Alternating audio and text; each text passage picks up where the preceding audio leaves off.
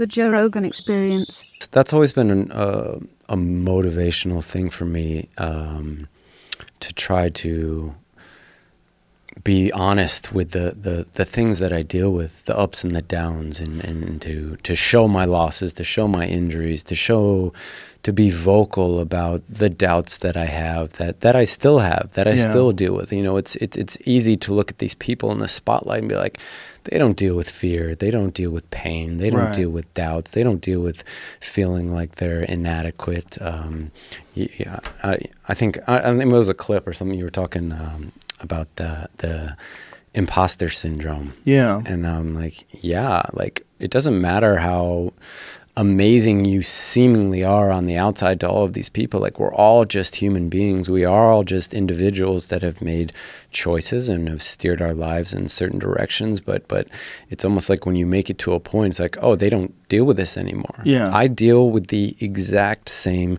fears, doubts, and all of these things that I dealt with day one. To this day, I still deal with them. Those same questions, they've never gone away. Ever gone away. You know, you learn how to handle them better, and you get strengthened by them, but they don't necessarily disappear. And a lot of times they can get worse over the years, because now you're in a position where you're expected to be a certain way. People have expectations of you. You know, you're supposed to be this superhuman being, or you're supposed to be extremely confident, or you're supposed to only put on A+ performances, and you're not allowed to fail. You're not allowed to be human anymore. And when we can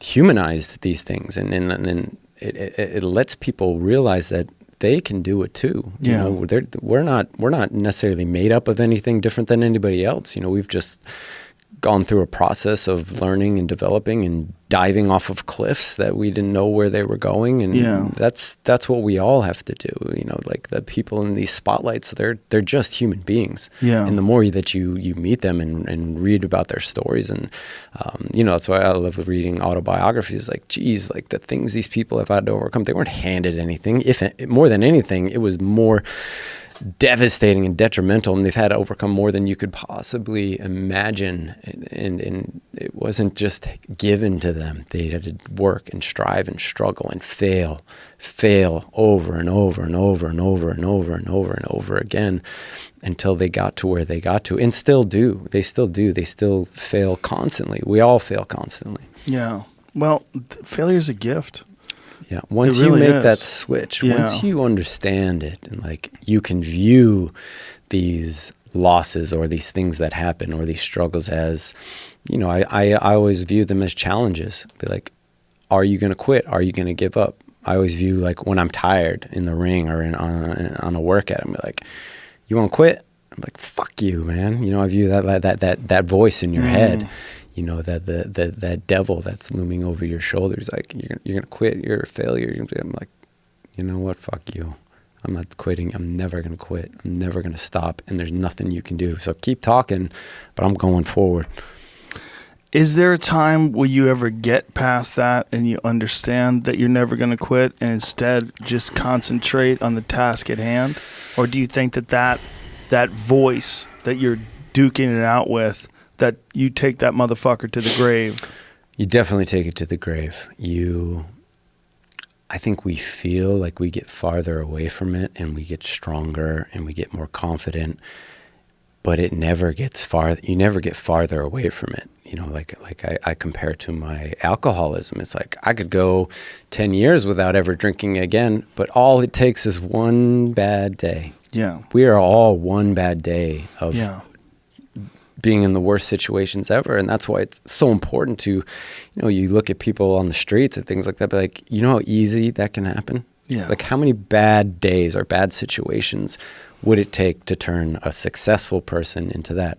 Not a lot. We're all just balancing on this very delicate thing that, you know, it seems like we're all strong and safe and all this, but like, well, when the power goes out and, you know, the world's going to go to hell like that. Yes. We just pretend like it's not, because that's how we get through the day. So, but yeah, like to your point is, I don't think we're ever any farther away from those things that held us back before, we get stronger and we learn how to process them, and we understand it more, and we understand the series of things that we need that will take us down that road or get us farther away from it. But it's just right there, you know. And no matter how much we learn and develop, I think sometimes that makes it even more scarier. It's like the higher you get, the farther you have to fall, and it's the more you can be aware of that you're never going to get farther away from it. You always need to be diligent, that you always need to do things that are going to steer you in a more positive way. I think that is like the goal, to not falling back on that.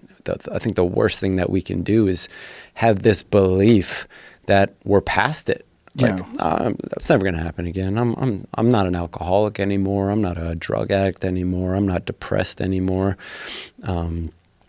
That's what's helped me is I did think one day I would be so far away from it that it would never be a thought anymore. But by knowing that it's always right there, that keeps me sharp.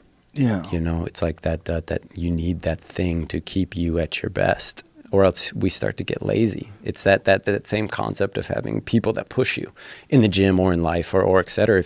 If you don't have somebody pushing you, you can only ever push yourself so hard. You might think you're pushing yourself really hard, but you don't really have a basis for where that is. So like for myself, I always run my sprints on a treadmill, because a treadmill doesn't lie.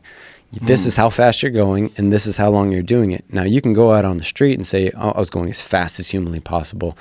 But you're always going to hold yourself back a little bit. You know, that's just the way we are as human beings. You know, that safety net that we have ingrained in us to not go over that edge. But if you're not pushing that edge, you're not developing, and you're always holding yourself back a little bit. And no matter how hard you think you're going or how honest you think you're being, unless you have somebody, that's why it's so important to have people in your lives that keep you in that sharpened state, you know, that question you, that push you. And, you know, like for me, Gina's always been that way for me. That person is like, she's not going to look at not let me bullshit, you know, just keep me honest, you know, sometimes to an extreme extent. Like, give me a little bit of a break here. But, you know, it's like that person that pushes you. And it's uncomfortable to be pushed, and you don't want to be pushed. I want to relax, and I want to like sit on the beach and drink beers and do all these things. But is that going to help me get to a better place in my life, a better place in my mind and my heart? No, that's going to allow me to just like be a lazy piece of shit and just drift off and die and be no benefit to myself or anyone else for that matter. So as uncomfortable as it is to be pushed, and as uncomfortable as it is to be pressured and to want to excel, we all need those things. You're either improving or you're declining. Yeah, and I think that's such an important thing to keep in mind. Like, it's only one or the other. Yeah. There is no in the middle. It's like the concept of balance. You never find balance, because once you find it, you lose it. You're always jumping on both sides of this line, too much or too little.